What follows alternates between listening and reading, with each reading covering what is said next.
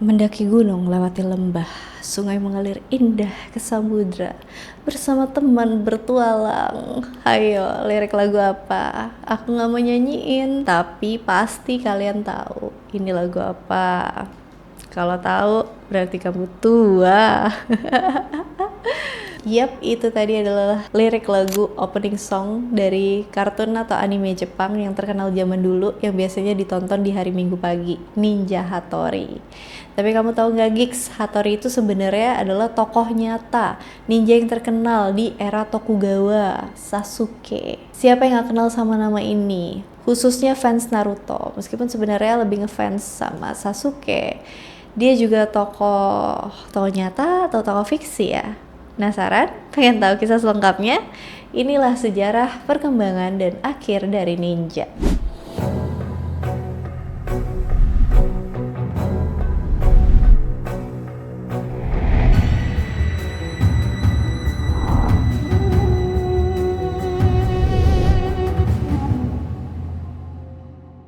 Pada suatu malam badai di provinsi Shinano, sepasang petani mendengar suara bayi menangis dari dalam hutan.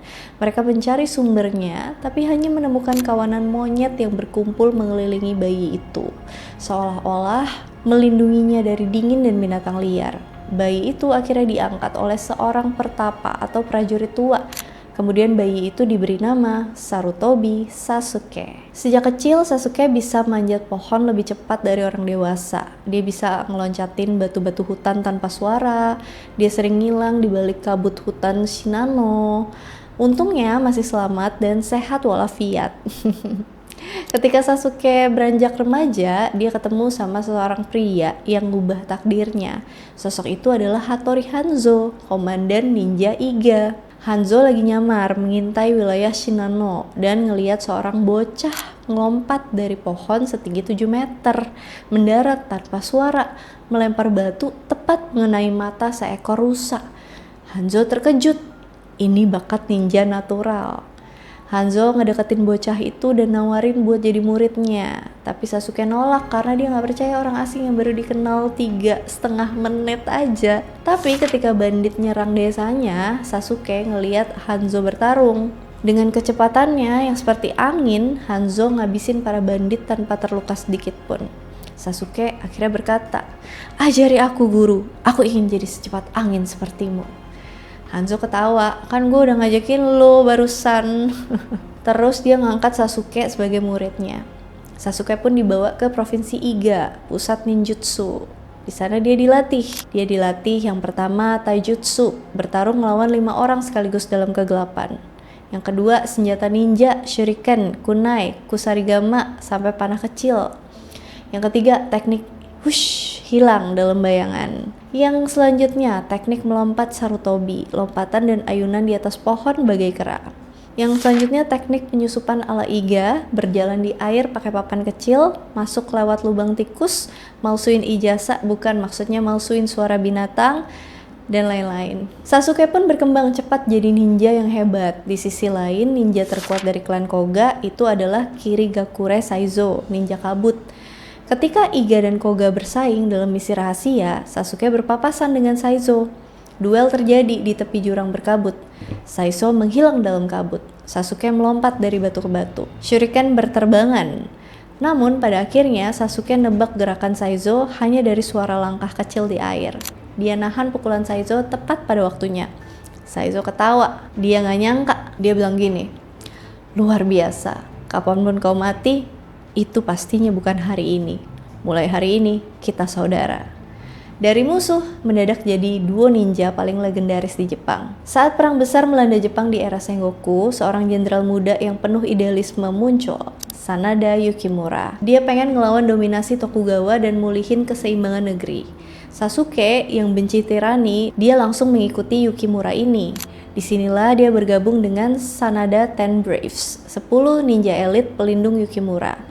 Sasuke dan Saizo jadi duo yang paling terkenal. Misi mereka diantaranya menyabotase camp Tokugawa, pembakaran gudang logistik, pembebasan tahanan musuh, penyusupan ke kastil Ieyasu, intelijen tingkat tinggi. Sampailah mereka pada peristiwa pengepungan Osaka, perang besar yang mengakhiri era Sengoku. Sasuke berada di jantung pertempuran. Ketika istana utama mulai terbakar, Yukimura memerintahkan, "Pergilah Sasuke, kau masih muda, hidupkan kembali semangat kami." Tapi Sasuke nolak ninggalin gurunya. Kastil pun terbakar, api menyambar dari segala arah. Sasuke beraksi, melompat dari balok ke balok, menebas musuh dari balik bayangan, melindungi Yukimura sampai detik terakhir. Dalam beberapa versi, ketika Yukimura gugur, Sasuke meledakkan diri bersama jembatan kayu untuk membuka jalan mundur bagi teman-temannya. Dalam versi lain, dia hilang ditelan api. Jasadnya tidak pernah ditemukan. Itulah kisah tentang Sasuke, yang mana hanyalah folklore atau fiksi. Gak ada catatan sejarah tentang Sasuke, yang ada cuma di novel klasik zaman Edo, teater kabuki, dan kisah legenda dari mulut ke mulut. So, Sasuke itu jadi branding ninja kuat, hebat, dan keren. Mirip lah kayak Robin Hood di Inggris atau Gatot Kaca di Indonesia. Meskipun Sasuke itu fiksi, tapi ninja itu nyata. Nah, pada kesempatan kali ini izinkan saya untuk memulai kisah tentang ninja ini dari sejarah lahirnya ninja. Kepada para penonton yang terhormat, dipersilakan untuk menonton dengan santai dan selamat menyaksikan. Pada abad ke-8, Jepang lagi hidup dalam zaman keemasan kebudayaan istana, dikenal sebagai Heian Jidai. Kamu yang belum nonton video aku tentang sejarah Jepang, nonton dulu supaya kamu jadi ngerti konteks waktu dan peristiwa di video ini. Durasinya nggak lama, cuma 1 jam aja. Kaisar tinggal di Heian-kyo, yang sekarangnya Kyoto, dan bangsawan hidup dalam kemewahan serta intrik politik. Tapi di balik segala puisi, kimono, dan upacara megah, muncul dunia yang lebih gelap. Pemberontakan daerah, perampokan, dan konspirasi antara klan-klan kecil membuat bangsawan membutuhkan orang-orang kotor untuk melakukan hal-hal yang tidak bisa mereka lakukan secara terbuka. Disinilah muncul istilah awal, kansha, mata-mata atau pengintai, monomi, pengamat yang dikirim untuk mengintai musuh, rappa, pengacau, pembuat kekacauan dalam perang kecil antar wilayah. Mereka bukan ninja dalam arti modern, tapi inilah embrionya shinobi, bayangan pertama dari dunia istana yang lembut tapi licik. Ketika kekuasaan beralih dari istana ke tangan samurai sekitar abad ke-12, akhir Heian ke awal Kamakura, Jepang berubah drastis dari diplomasi ke dominasi. Perang antar klan kayak Minamoto versus Taira, Perang Genpei tahun 1180 sampai 85 menciptakan iklim baru, di mana informasi itu lebih berharga daripada pedang. Dalam Heike Monogatari, kronik besar perang itu, udah muncul kisah tentang penyusup malam dan pengintai tak dikenal yang menyalakan api di camp musuh atau menyebar kabar bohong. Mereka nggak disebut ninja, tapi punya semua ciri khasnya. Bergerak diam-diam, berpakaian gelap, cuma muncul saat dibutuhkan. Mereka adalah orang tak terlihat dalam sejarah Jepang feodal. Jauh dari Kyoto, di antara gunung-gunung dan lembah berkabut Kansai, terdapat 2 wilayah kecil, Iga yang sekarangnya prefektur Mie dan Koga yang sekarangnya prefektur Shiga. Kedua wilayah ini miskin, tanahnya berbukit dan sering diabaikan sama penguasa pusat. Tapi justru karena itu mereka berkembang jadi komunitas independen, semacam republik desa yang dipimpin sama kepala-kepala klan, bukan daimyo besar. Abad ke-14, akhir Kamakura sampai Muromachi, klan-klan mulai nyewa orang-orang dari Iga dan Koga buat misi-misi rahasia. Ya, nyusup ke kastil musuh, membakar lumbung gandum, nyulik utusan, atau nyebar informasi palsu menjelang perang. Dari sinilah kata shinobi no mono muncul. Secara harfiah artinya orang yang menyusup. Ninja jadi profesi yang tidak terhormat tapi sangat berguna. Samurai mandang mereka dengan rendah, tapi diam-diam bayar mereka juga dengan harga tinggi, jauh di atas UMR pastinya. The Arc of Ninjutsu. Sekitar abad ke-14 sampai ke-15, 2 wilayah ini, Iga dan Koga, berkembang jadi semacam republik semi-independen. Mereka tidak tunduk penuh kepada daimyo besar, melainkan diperintah sama dewan klan, disebut Sokai. Bayangin, di saat seluruh Jepang sibuk sama hierarki samurai yang kaku, masyarakat Iga dan Koga justru egaliter, kolektif, dan hidden, tersembunyi. Mereka nyiptain sistem militer rahasia dengan jaringan keluarga, pertanian mandiri, dan sistem pendidikan yang unik. Setiap anak laki-laki dilatih sejak kecil buat jadi shinobi. Bukan buat nyerang, tapi untuk menghilang. Ilmu rahasia mereka disebut ninjutsu. Secara harfiah, seni menyembunyikan diri. Jangan-jangan koruptor nih belajar ninjutsu. Awalnya ninjutsu tuh bukan seni bertarung, ninjutsu lebih dekat ke ilmu strategi perang total yang meliputi chikaeri, teknik menyusup ke wilayah musuh lewat gua, sungai, atau jalur rahasia, intonjutsu, teknik bersembunyi dan kamuflase, kaiyakujutsu, ilmu bahan peledak dan asap, awal mula bom ninja, yojutsu, psikologi dan manipulasi, suiren, latihan menyelam dan berenang tanpa suara, Tenmon dan Chimon, ilmu astronomi dan geografi yang menentukan arah berdasarkan bintang dan aliran air. Ninjutsu juga bukan cuma fisik, tapi spiritual. Mereka ngambil unsur dari 3 sistem kepercayaan besar di Jepang, Shinto, Buddhisme, dan Taoisme. Misalnya, Kuji-in, 9 gerakan tangan sakral yang diyakini bisa mengaktifkan energi spiritual. Itu tuh gerakan tangan di Naruto kalau mau ngeluarin jurus. Onmyodo, sistem mistik Tiongkok yang mengatur keseimbangan yin-yang, waktu, dan arah keberuntungan. Mikyo, Buddhisme esoterik yang melatih konsentrasi dan kendali tubuh ekstrim. Tujuan dari semua ini bukan sihir, tapi mengendalikan diri sendiri sampai nggak terpengaruh sama rasa takut. Dari Iga dan Koga lahir 3 nama besar, legenda sejati dunia ninja. Fujibayashi Nagato, Momochi Sandayu, dan Hattori Hanzo Masanari. Oke, kita bahas singkat satu persatu. Fujibayashi Nagato, penulis dan kompilator Bansen Shukai tahun 1676, semacam kitab suci ninja. Isinya tuh lebih dari 20 jilid tentang strategi, taktik, dan filosofi ninjutsu. Dia mendefinisikan ninjutsu sebagai seni untuk menipu musuh tanpa menipu kebenaran.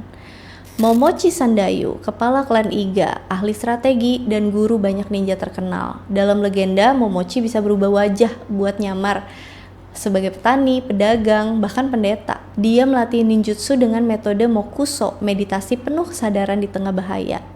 Hattori Hanzo Masanari, paling dikenal dunia.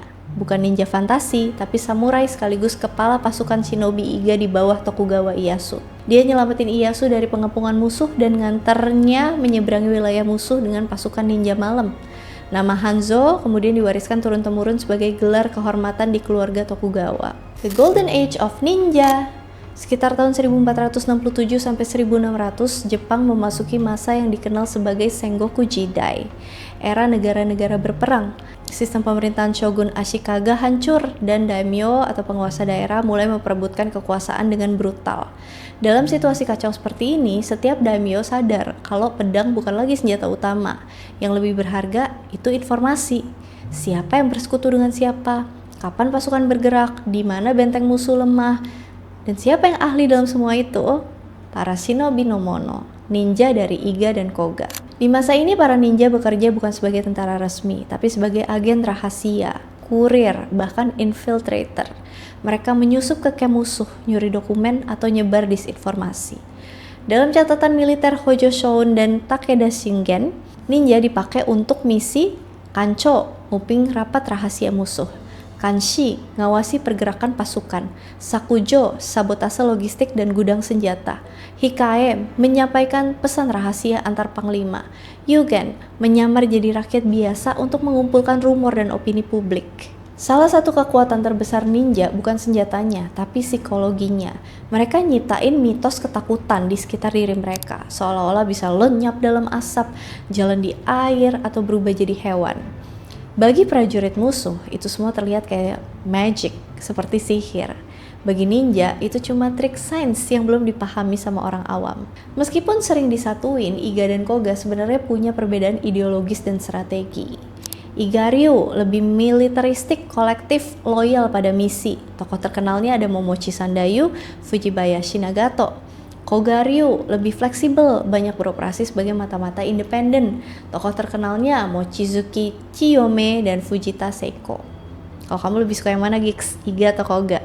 Kalau aku sih lebih suka Iga, bakar cabai hijau. Nggak bercanda. Tokugawa Ieyasu, salah satu daimyo besar, dikenal sangat bergantung pada jaringan ninja dari Iga. Pemimpin mereka, Hattori Hanzo, jadi komandan pasukan bayangan yang menyelamatkan Ieyasu pas lagi dikejar sama klan Takeda dan Oda Nobunaga. Legenda mengatakan, di malam penuh kabut, Hanzo nuntun Ieyasu melewati gunung di tengah pasukan musuh tanpa seorang pun dengar langkah mereka. Kejadian itu dikenal sebagai pelarian Iga, Iga Goe, dan jadi tonggak sejarah yang membuat Ieyasu kelak bisa membangun kekaisaran Tokugawa. Sebagai balas jasa, dia membangun kuil Hanzomon di Edo, Tokyo. Dan bahkan gerbang barat istana Kekaisaran Tokyo masih disebut Hanzomon Gate sampai sekarang. Tapi kejayaan itu nggak berlangsung lama. Tahun 1581, Oda Nobunaga, penguasa yang pengen nyatuin Jepang, nganggep ninja sebagai ancaman besar. Dia ngirim 40.000 pasukan samurai untuk menghancurkan Iga yang cuma punya 4.000 pejuang. Hasilnya tragis, desa Iga di bumi hanguskan. Tapi mereka melawan dengan cara yang belum pernah dilihat dunia. Membakar hutan untuk memecah formasi musuh, menggunakan jebakan bambu dan granat bubuk mesiu, menghilang ke gua-gua bawah tanah untuk bertahan hidup. Yang selamat melarikan diri ke Koga, Kyoto, dan Edo, bawa rahasia ninjutsu ke seluruh Jepang. Banyak orang lupa bahwa di balik ninja laki-laki ada kunoichi, ninja perempuan yang jauh lebih berbahaya dalam seni penyamaran. Tokoh yang paling terkenal, Mochizuki Chiyome, keturunan keluarga samurai yang membentuk jaringan 300 ninja wanita di bawah naungan klan Takeda. Mereka nyamar sebagai geisha, pelayan, biarawati, bahkan menghibur keliling buat ngumpulin rahasia politik. Kunoichi ngubah kelembutan jadi senjata paling mematikan di dunia shinobi. The Fallen of Shadows. Pada awal periode Edo tahun 1603 sampai 1868, Jepang masukin masa damai selama 2,5 abad. Sistem bakufu atau pemerintahan militer Tokugawa itu sangat ketat dalam mengawasi pergerakan rakyat dan senjata. Ninjutsu sebagai strategi perang jadi nggak relevan lagi. Banyak keluarga ninja akhirnya beralih profesi, jadi pengawal pribadi bagi daimyo atau pejabat Edo. Jadi mata-mata internal buat ngawasin pemberontakan, bahkan sebagian jadi artis dan penghibur. Mempertunjukkan trik-trik ninja di festival buat menghibur rakyat. Bagi mereka yang masih setia pada kode shinobi, ini bukan sekedar pertunjukan hiburan, tapi ini cara supaya warisan mereka tidak mati. Di era inilah banyak naskah rahasia ninja mulai ditulis dan disebarin.